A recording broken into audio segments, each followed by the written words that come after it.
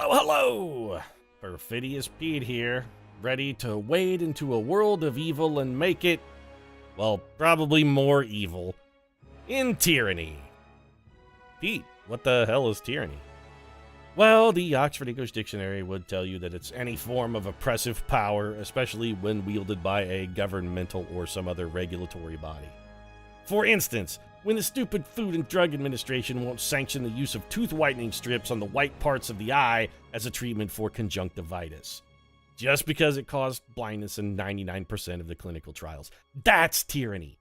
Stupid tyrannical FDA. I can't have pink eye if my eyes are whiter than they've ever been. Now can I, Mr. Surgeon General?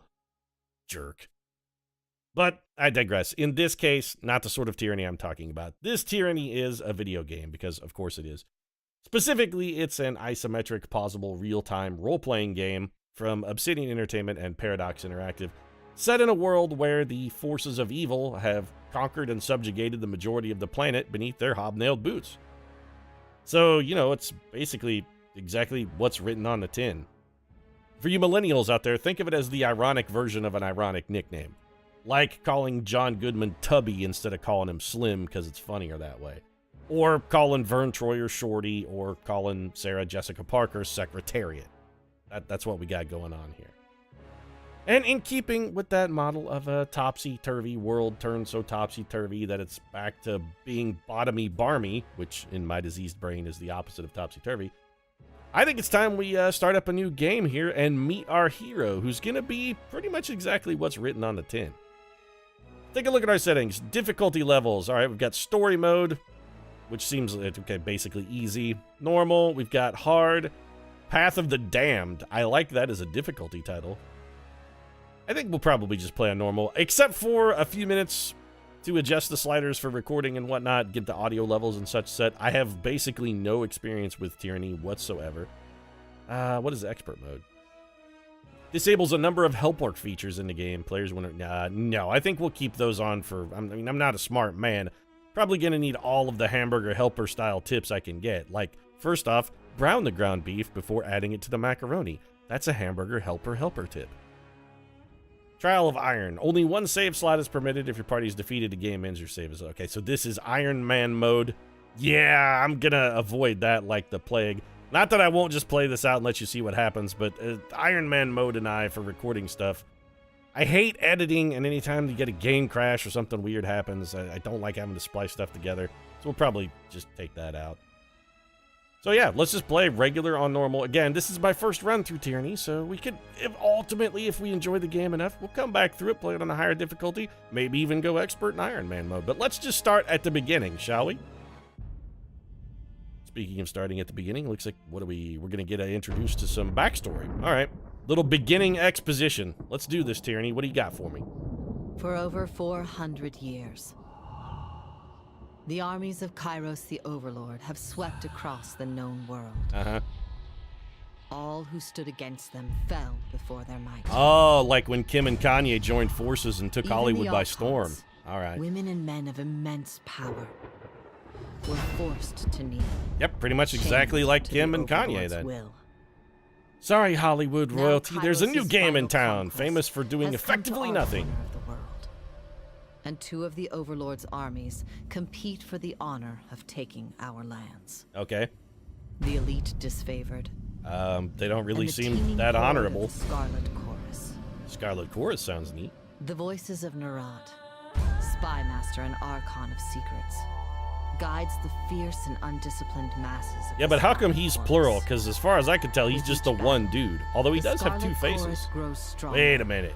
as the defeated are given a simple choice. The voices of Nerat, he's got two faces. Very subtle. Grave And and that it's not subtle at all. Archon of War and the Overlord's most loyal general leads the disfavored. If they're disfavored, Though why are they small in loyal? number, Kairos' ironclad legion has never met true defeat in open battle. Well, they do have some pretty sweet Death's Head helmets, which I Watching gotta over say, the two probably generals ups their is intimidation Tinon, factor. The Adjudicator, Archon of Justice, eldest of Kairos' minions.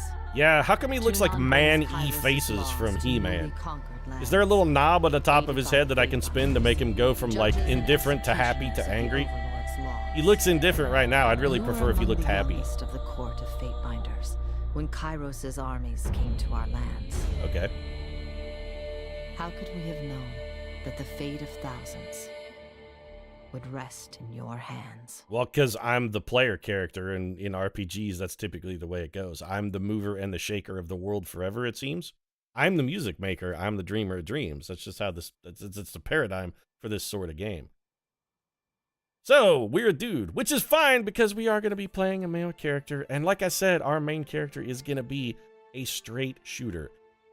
A guy who, he's exactly what it says on the tin, comes at problems head on, or in this case, hammer on, because we're going to be working on a mace build.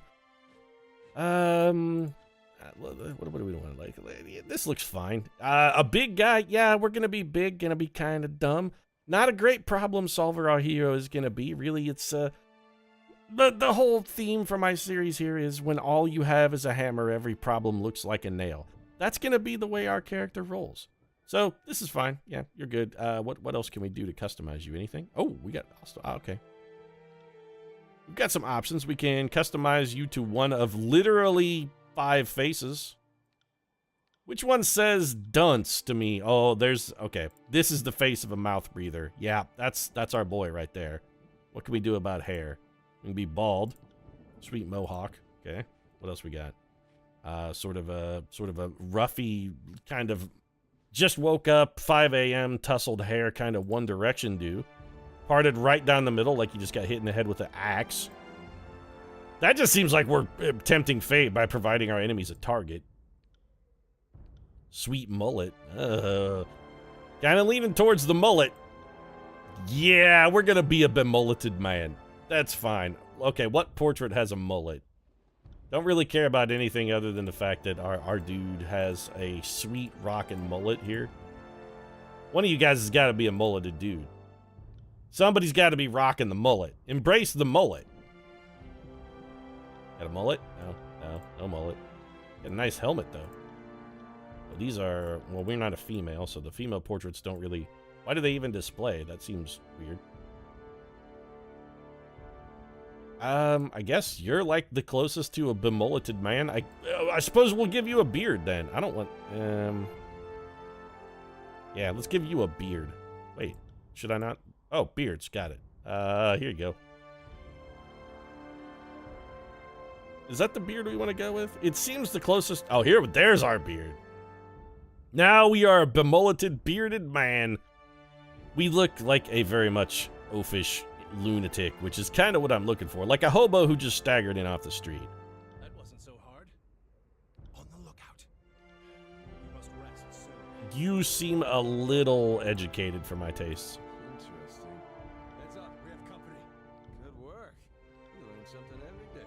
Probably need to turn up the voices a little. They sound a little quiet. Also, that I don't like. What's male aggressive? Now isn't so hard. On the lookout. I'm injured. Yeah, that's our hero right there. Got kind of a gruff Harrison Ford just rolled out of bed after a quart of whiskey kind of sound to him. This is good. Let's rock with this. So how did we join Kairos' army? Well, our hero.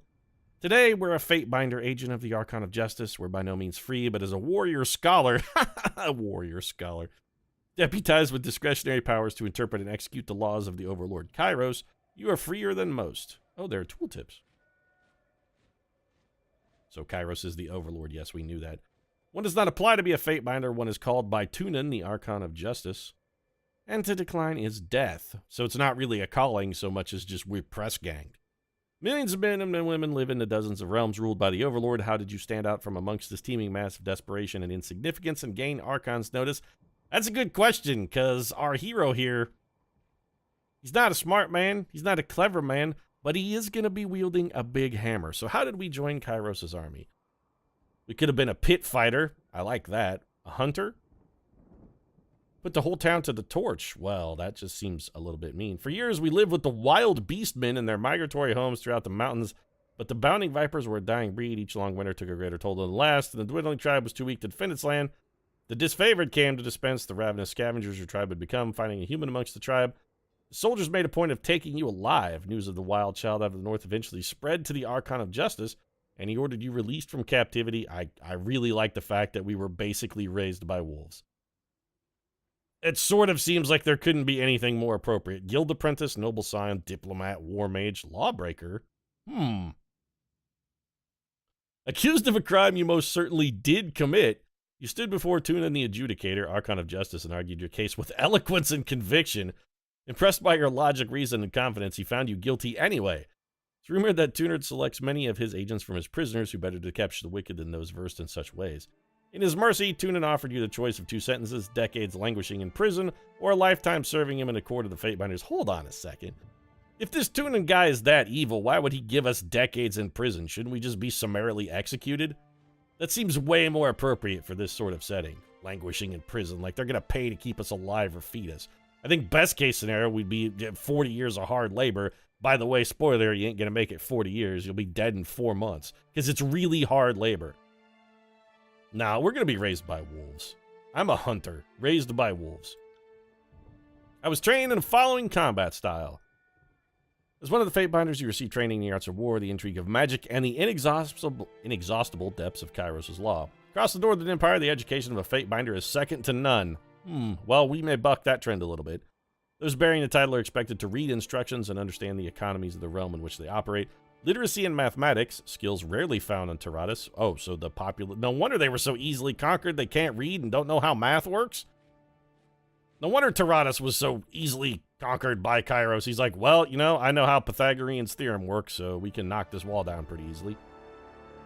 Essential skills, subtler talents like speechcraft or tactic are honed with time and experience under Tunin's guidance. Alright, so we gotta pick a combat style. Sword and board, great sword. Wow, there's only one thing for us. We're gonna be using 2-handed weapons.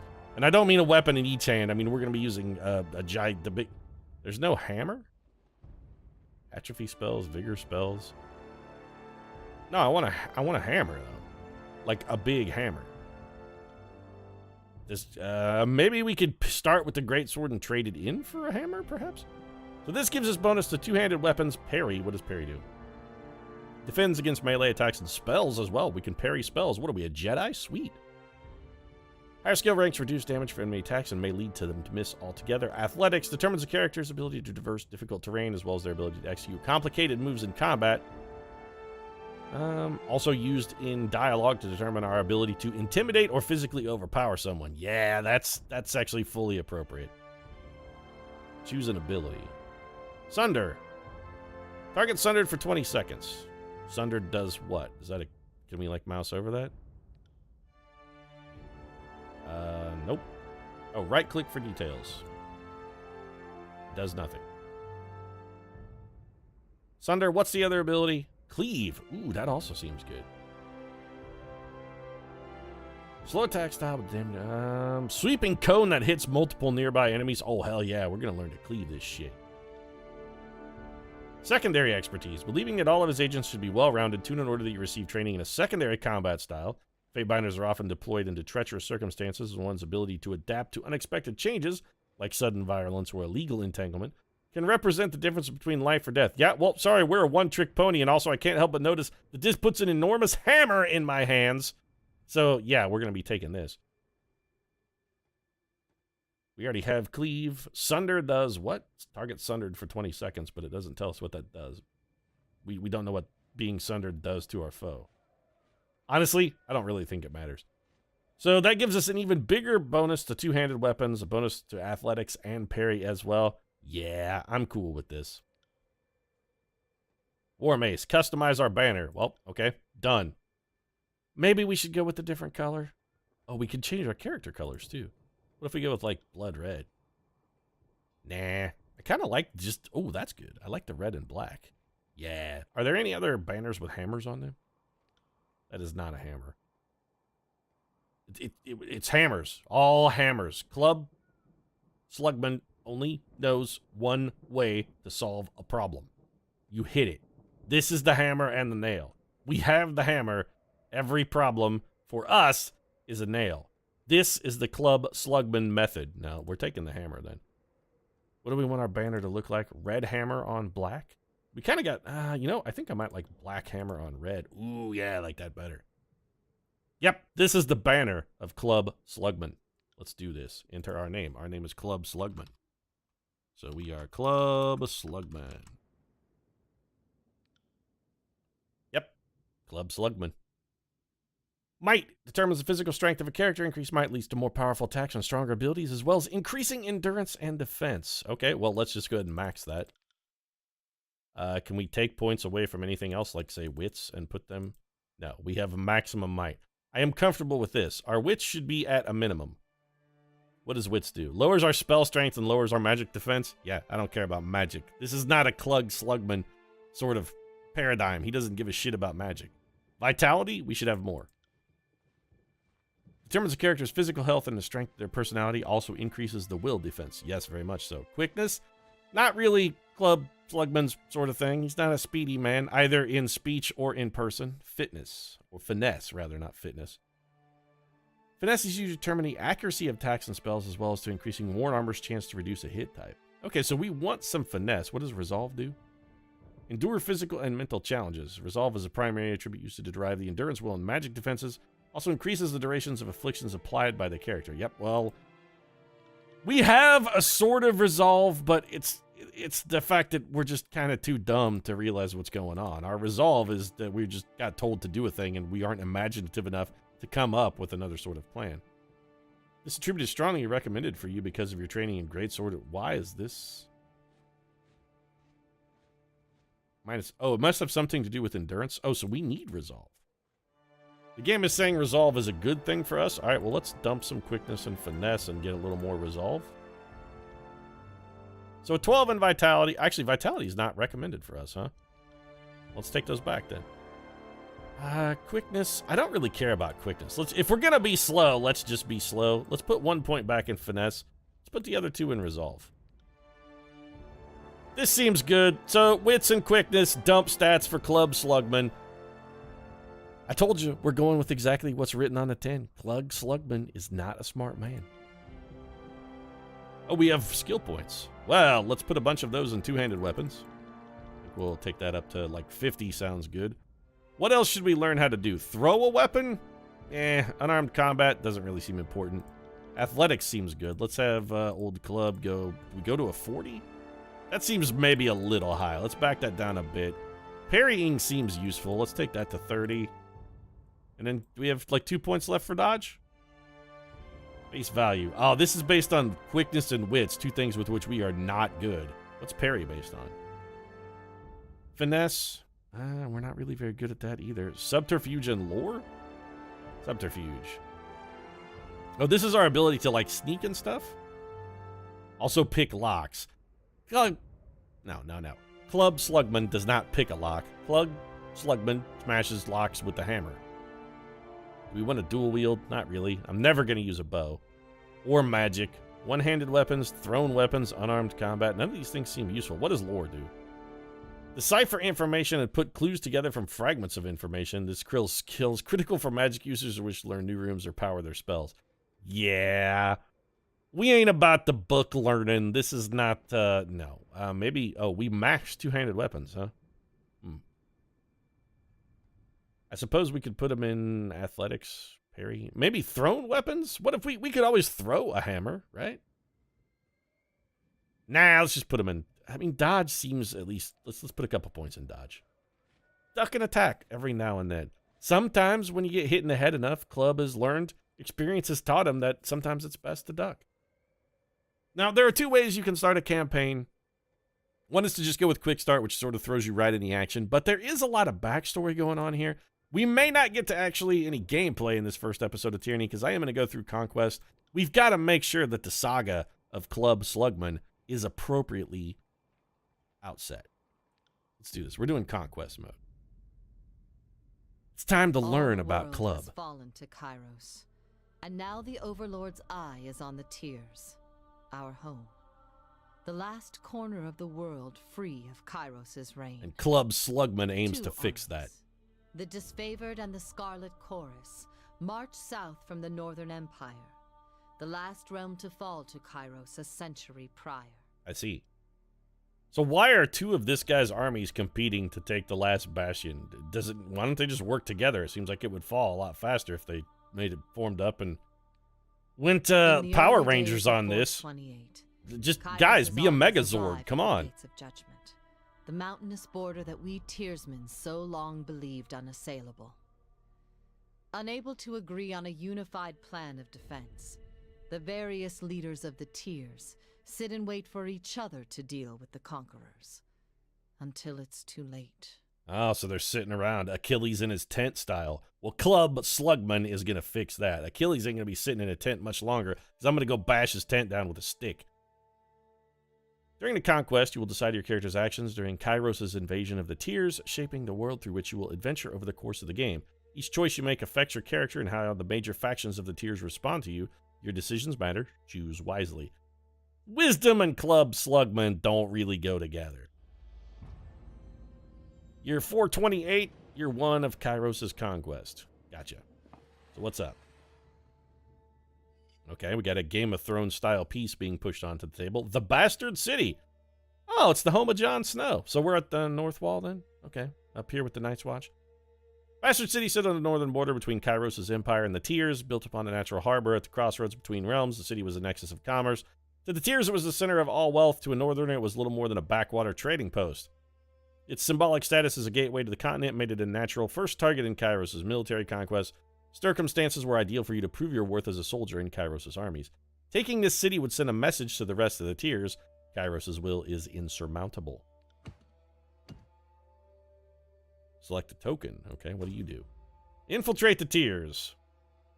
But the real combat unfolded with the advanced units of both armies preparing for the coming war. The Disfavored and Scarlet Course each had a plan to infiltrate the capital city. Which army did I join? The Disfavored sent scouts to capture a border garrison. I don't care about a border garrison. Raided villages and some small towns, conscripting every able-bodied man and woman into the army. The voices of Nerat emphasized the rewards of conscription and enslavement over wanton bloodshed. Apparently, the soldiers needed a reminder. Why is this guy in plural? Maybe he's man-e faces. Either way, I like this option better. We're going to join the Scarlet Chorus and go press gang some people. I mean, that's how we got here. Turnabout is fair play. Howling mobs of the Scarlet Chorus found easy pickings among the villages and frontier towns. Rallying an experienced gang under your control, you flooded the unprotected settlements with a deluge of bloodthirsty soldiers, rounding up the innocent for merciless rites of conscription. Why are the conscription rites merciless? That if we're just killing people, aren't we just killing people? I thought we were supposed to haul them into the army. The young and infirm alike received makeshift weapons. Now that's a plan that I, Perfidious Pete, and Club Slugman can get behind. I don't care how old you are, Grandpa, take this knife and go stab a bitch. Examples were made of all who challenged your forces. Bolstered with fresh recruits, your army gathered strength for the invasion to come. Sweet. Those are now flipped over. I guess we can't do those anymore. Containing the fire. The fiercest opponents in the Bastard City were the mages of the School of Wild Wrath. Too barbaric to use their power responsibly, the unbridled practitioners needed to be stopped. How did you trick the hot-tempered mages into their own undoing? Well, what's the other thing? Inside agent. With the border garrison captured, your disfavored allies, you traveled ahead of Kairos' armies and lurked in the shadows of the Bastard City. You decided that converting one of the locals to Kairos' side would help bring the city to its knees. After all, corruption starts from within. This doesn't really seem like a Club Slugman sort of solution here. I'm not sneaking shit. Let's go contain the fire of these mages. How did the disfavored try? Lured the hot-headed mages into an ambush where a legion of disfavored waiting to spring the trap. The soldiers were hungry for a chance to subdue the arcane branch of the Tiers' resistance. Again, this does not seem like a Club Slugman sort of stratagem. Oh, we'll lure them out and ambush them. How about we just win in and smash their skulls?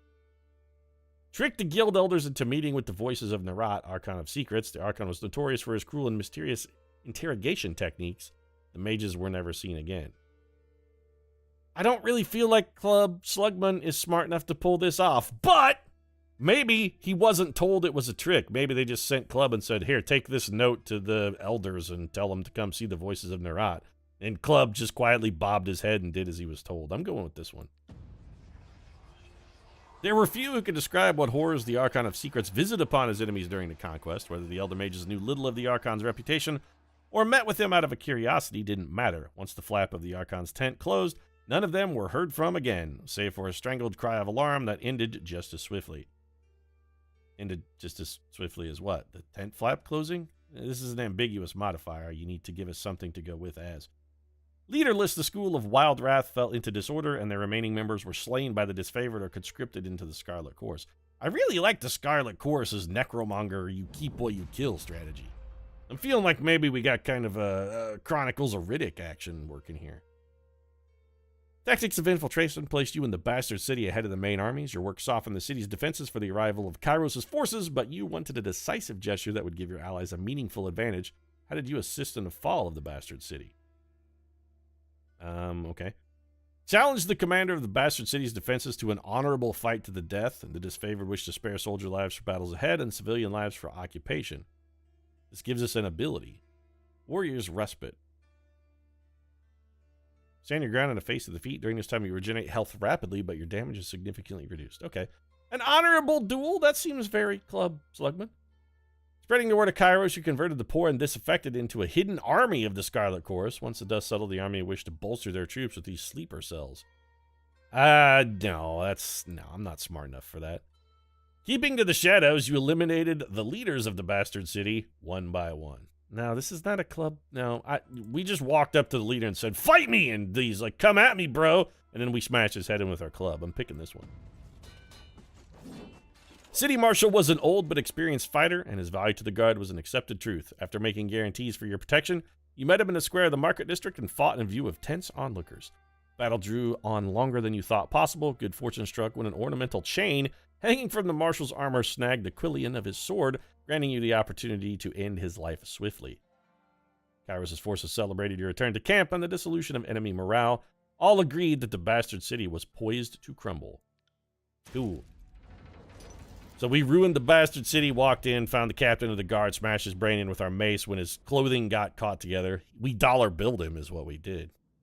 Oh, Dollar Bill, why did you have to wear that cape? The bastard city settled in a new state of normalcy with every tower displaying Kairos' banner. Your name was whispered alongside rumors of a decorated career to come. The armies divided into two fronts and migrated south. Tunin sent word that you were to join the next frontier of Kairos' conquest, either as judge and overseer of the settlement in Lethian's Crossing, or as a war advisor with the armies advancing into the realm of Apex. I'm going to Apex because I'm definitely not an advisor. I'm going to go to Apex and just start hitting shit with the hammer until they agree that they've been conquered by Kairos. You will submit to the will of Kairos and, directly to Club Slugman, but vicariously to Kairos. The mountain nation of Apex, ruled for generations by the queens of House Vendrian, stood at the heart of the tiers. No army could bypass the landlocked realm without leaving their flank exposed to attack. By the second year of the war, the disfavored and Scarlet Chorus was pushed deep into the tiers. Elements of both armies were dispatched to conquer Apex. Tunin assigned you to accompany them, tasked with bringing Kairos' law to the territory as well as keeping an eye on both armies. Okay.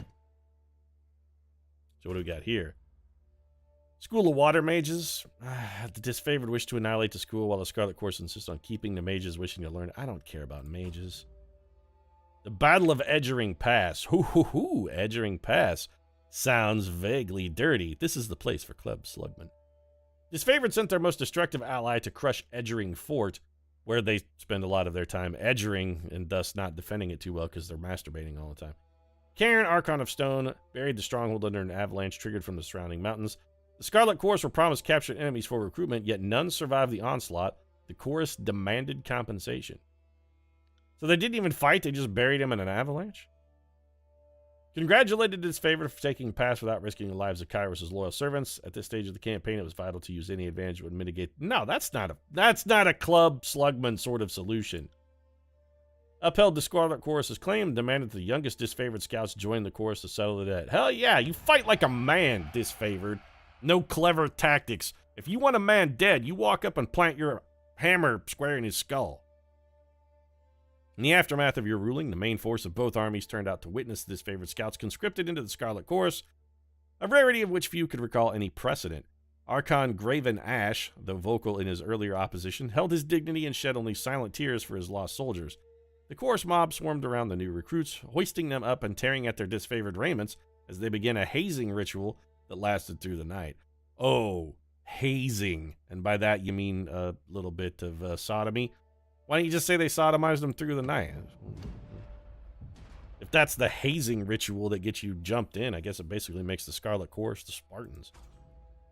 The Marriage Bed Armistice.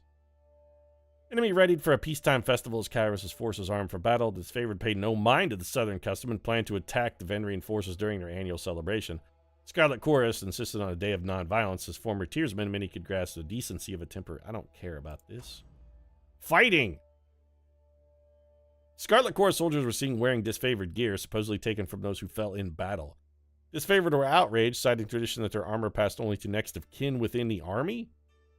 Well, first off, that barely makes sense at all. That's a stupid tradition. Second of all, who cares what clothing you wear? In a debate of tradition versus practicality, had to rule in favor of one army over another. This is traditional and stupid. I'm taking this option. I don't give a shit about the disfavored's complaint. If my men need armor, they're going to take it from the dead if that's what happens to do. What is this, L5R? I'll fight with the sword I stole from a dead scorpion if I have to. Swords of the Fallen. You explained to Graven Ash and his disfavored that the army needed capable arms more than they needed a rigid adherence to tradition. Scarlet Chorus expressed gratitude for understanding your challenging position, but the disfavored took the ruling with less grace. I don't give a shit about their grace. You can take it with grace under fire, and you and Rhett Butler can go party down for all I give a shit. Just give me my armor and armor. Need arms for my men. Graven Ash returned to camp and conducted a prolonged series of funeral rites for every soldier who fell in a conquest, bellowing their names repeatedly and expressing loud gratitude for the dead. What a worthless... I don't like this Graven Ash guy. The Fall of Apex. The Scarlet Chorus nominated you to negotiate with the Realm of Apex representatives and convince them to surrender, trusting in you to explain their inevitable defeat in terms they will understand. How did you orchestrate the surrender of the enemy? They may have called upon the wrong Fatebinder for this particular task. Club Slugman cannot really explain much of anything except how a club works and the sound that it makes when it smashes a man's skull. Through days of mediation, you negotiated the surrender of the Valley to Kairos' forces, putting an end to further bloodshed. Taunting the Queen of Apex into striking you under a banner of truce, you baited the Queen of Apex into a duel and slew her, frightening her vassals into submission. Yes, this is the Club Slugman way. We killed their queen and thus have become queen ourselves. All hail Queen Club Slugman. The Scarlet Chorus urged you to show the Overlord's strength by any means necessary. During peace talks, a well-placed insult goaded the Queen of Apex into striking you. You responded to the slight by challenging her to a duel. Though the Queen was skilled in battle, your field experience outmatched her court training, and you bludgeoned her within an inch of her life, smashing her just like the mountain did that guy's head in Season 4 of Game of Thrones. You basically went all Oberon on her. As her body lay cooling on the ground, you demanded that her followers kneel before the Overlord's banner. Unable to rise above the fear of the moment, the remaining leaders capitulated, surrendering the valley to Kairos' forces. Damn Skippy, they did. Nobody stands against Club Slugman. Especially after he's just smashed their queen's head like a melon at a Gallagher concert. Concert? Show? I don't know. Spectacle, really, if we're going to be honest. Any Gallagher thing is more of a spectacle. Be like, oh, Pete, have you ever been to a Gallagher show? Actually, yes, I have. I once saw him perform live at the Sahara, and you know what? For $4, which is what it cost me to see him, it was a pretty good show. The land of Apex finally rested in the hands of Kairos' forces. The Scarlet Chorus paused to revel in victory while the disfavored prepared for the next fight, affording themselves but an evening's rest. Man, those disfavored chumps gotta fucking loosen up a little bit, man. We just conquered a whole territory for our glorious overlord Kairos. To hoist a few beers and celebrate, you uptight jerks. Kairos' armies radiated out from the conquered citadel and worked their way across the tiers. Disfavored Scarlet Chorus aimed to dominate as much territory as possible in the coming year. Your distinguished reputation in Kairos' military left the choice of your next destination, yours to make. Azure. Vellum. Oh, here we go. Kairos dispatched to the Archon of Stone to subjugate the nation of Azure. Kairos' conquering gaze fell upon the Vellum Citadel, its treasures, its knowledge, its secrets. I don't care about knowledge or secrets. Stalwart, with its easily defended position and rich military tradition, the realm of Stalwart was the most formidable realm in the tier. Oh, hell yeah. Club Slugman loves a challenge. These guys are the toughest badasses in the world. Well, Club, gonna go beat them down, baby. You wanna taste some of Club Slugman's club? I'll club you. Oh, I'll club you real good. I'll club your fortress into rubble. The realm of Stalwart was best known for its proud army, disciplined, courageous, and undefeated on their home soil. Just the challenge Mr. Slugman is looking for. Skill and resolve made Stalwart a military power that Kairos' forces approached with due caution. With its southern position, Stalwart had been largely safe from war, watching for 2 years as its neighbors fell to Kairos' forces. On dawn of the third year of the war, Kairos' forces were finally posed to invade the Stalwart Peninsula and subdue Tyr's most vaunted army. That's right, Club Slugman is here to smash the skull into the baddest motherfucker in the room. Marching on empty. So like people are hungry. What's this one? Contentious setback. After a defeat at the hands of enemy defenders, the Scarlet Corps accused the disfavored of recklessness. The disfavored claimed the Scarlet Corps brought too few soldiers to cover their flanks. Both armies refused to march until we gave a ruling. Don't ask me stuff, man. I just want to hit people with the hammer. Don't make me decide things. Well, okay. I'm much better at settling a fight than I am about deciding how to allocate supplies. I'm going to leave that decision to a quartermaster somewhere. Let's look at this. So who's to blame here? Knowing the disfavored's reputation for discipline as well as the Scarlet Chorus's powers to instill fear and frenzy, you decided that the Scarlet Chorus was in the wrong. So they brought too few soldiers. What's our other option? Lacking proof that the Scarlet Chorus recruits were negligent, you punished the disfavored commander for his failure and for bringing charges without evidence. I'm always gonna rat on a tattletale. You're a filthy rat and a tattletale. Nobody likes a fucking tattletale, Mr. Disfavored. That's it. Graven Ash was the first to step forward to dispute your ruling. He argued that the Scarlet Chorus were a directionless menace, sowing chaos and disorder wherever they went. What further evidence did you need? After you politely reminded him that his opinions were inadmissible, he stormed out of the camp with a unit of soldiers and didn't return for several hours. Yeah, boo-hoo. That guy needs to pull the stick out of his ass. Or shove it further in so I don't have to look at it. Whichever way you want to go, Graven Ash, your call. Suspicions arose when the Scarlet Corps fought under the banner of the Stalwart. When an enemy commander fell captive, Kairos' armies argued over what to do with her. What's this one? Scarlet Corps soldiers were spotted fighting alongside the Stalwart defenders. The voices of Nerat insisted they were spies unless it engaged the army's weaknesses. Yeah, I don't care about spies. Fall of the Regents. Armies of Kairos collaborated on the capture of an enemy leader. The Scarlet Corps requested that she be interrogated by the Archon of Secrets. The disfavored wished to display her corpse in battle. Since the Stalwart defenders refused to surrender, a gesture was needed to instill fear. You ordered the enemy commander executed, her body displayed as the warning who would defy the Overlord. You ordered that the enemy commander be sent to the voices of Nerat for... no, we're gonna butcher her and make an... yeah, this is it. This is what happens when you stand against Club Slugman. I will hang your body like they did to Mussolini so that people can walk by and spit on your corpse. The Stalwart Regent made for a grim display, lashed the ribbons, and suspended on a disfavored standard, yet the effect on the battlefield was immediate. The sight caused an uproar among Stalwart soldiers who broke formation in their frenzy to answer blood for blood. The disfavored hewed through their disorganized ranks with minimal difficulty and cherished the corpse as the most useful recruit to Kairos' army yet. Well, that seems kind of dumb, but, whatever. It's a means to an end. I guess our plan worked. The Edict of Storms. The disfavored carved a slow, steady path into the heart of Stalwart and surrounded the enemy's massive fortress. With the main bulk of their forces defeated, the enemy leadership retreated to their mighty fortress, content to wait out the war. The Overlord answered this impudence with an Edict of Storms on the peninsula, a devastating spell that would endure for as long as the cowardly hearts of Stalwart's leaders persisted in beating. Pleased by your efforts, Tunin deemed you the proper representative to deliver Kairos' edict. Aside from being given a 3-day window to read the edict, you received no other instructions. Okay. So what am I supposed to do here? Agreeing with the wishes of the disfavored, you proclaim the edict at once, leaving the enemy no time to react. Stalwart had ample opportunity to surrender for several years. The time for mercy was long gone. In an attempt to ingratiate themselves with the people of Stalwart, the Scarlet Corps insisted that warning be sent to the towns and villages so that people may prepare for the horror about to send it. No, fuck that. We're reading the thing. You give Club Slugman an order. Club Slugman does not answer questions. He doesn't ask questions. He doesn't answer questions. He just keeps his mouth shut and does what he's told, which is why ultimately he'll probably wind up on trial at The Hague, trying to offer the defense that I was just following orders. But right now, this is good. Also, there's nobody going on trial at The Hague for war crimes if the Nazis win, which it seems like they are. You agreed with the disfavored rationale. The leaders of Stalwart had refused honorable battle, and too many disfavored lives were lost in the campaign. Since the last regent refused to leave the keep, you would let him watch as his people suffered. Without hesitation or regret, you broke the seal of Kairos' Edict of Storms and read the Overlord's incantation. Which did what now? Apparently it made the town really pointy. Seems really pointy.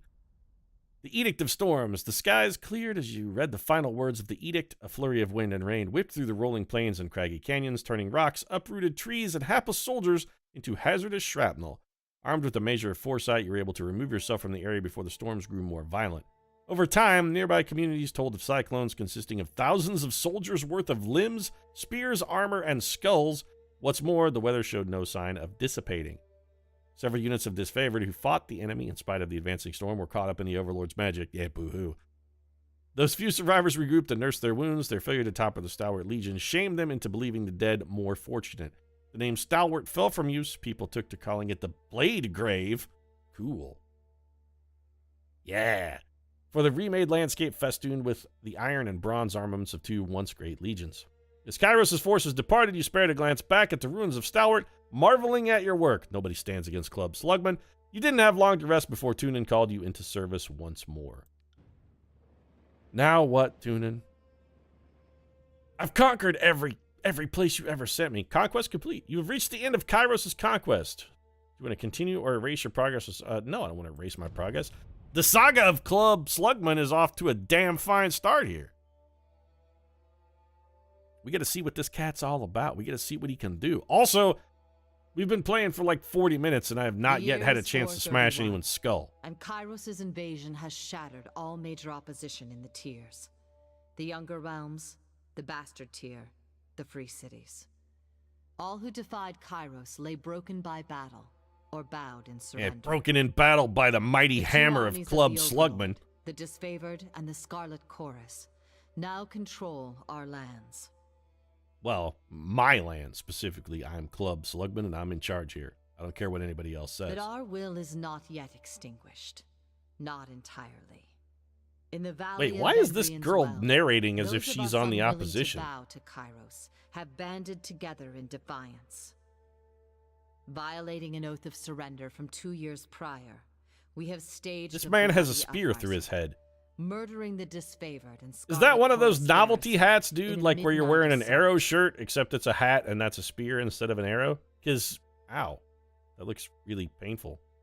Right in your brain. With their main forces spread across the tiers, the disfavored and Scarlet Chorus redeploy to Vendrian's Well to crush the resistance. But months pass with no definitive battle. As disagreement and discord paralyze the Archons, we bide our time and wait for our message of insurrection to spread across the tiers. Alternatively, you might be waiting for Club Slugman to show up and smash all of your brains out with a hammer. Just pitching an alternate hypothesis here. And Kairos has one message for the Archons. Crush the Oathbreakers or die. I'm kind of with Kairos on this. Is it weird that I'm siding with the evil, tyrannical, conqueror's dictator? In the valley should the order be ignored. I mean, these guys did break a treaty. The honor of proclaiming this edict fell to you. Sent across the mountains to Vendrian's Well, you carry the Overlord's edict to read before the Archons. Oh, so I'm gonna kill them in a tornado of discarded armor, skulls, bones, and corpses? Alright, well, I mean, maybe Kairos is a one-trick pony, but I suppose you can't argue with the efficacy of his solution. Little bit final solution-y, if I say so myself, Kairos, but I guess for every problem, there's a final solution, huh? Kairos' magic seals the way behind me. Okay, so we just got, like, teleported here. You are trapped in Vendrian's Well, with Kairos' armies and the Oathbreakers. The only way to survive is to fulfill the terms of the Overlord's edict, in any way that you can. That's fine. I'm sure if I crush enough skulls, ultimately I will be victorious. Even if that means I'm just standing atop a giant pile of the bodies of the slain, until Kairos himself takes notice of me. Fatebinder Club Slugman, I presume. We've been expecting you. Welcome to Tyranny. This is your first visit to World of Tyranny. Watch for these windows to help you become familiar with the game. You can, yeah, tutorial messages, got it. So, Club Slugman. Do you have a weapon, Club Slugman? Doesn't look like. Club is barehanded, but this is fine. It looks like this is where the first installment in the saga of Club Slugman is going to wrap up, because this one's getting a little long. I avow, though, that I will smash a man's face in, possibly this man, or woman? Her name is Aurora. Probably a woman. Well, somebody's getting their skull crushed, because it's been a moment since Club Slugman's had an opportunity to kill something, and he gets a little antsy if not given an opportunity to kill. So we'll get to that, but that's going to be next episode. If you enjoyed this one, feel free to drop a like down in the comment section. Of course, your support does really mean a lot. And if you'd like to see the rest of the saga of Club Slugman, might consider subscribing as well. Post new episodes of Tyranny every Monday, Wednesday, and Friday. Right now, thanks very much for watching. She's waving goodbye. I'll see you again soon.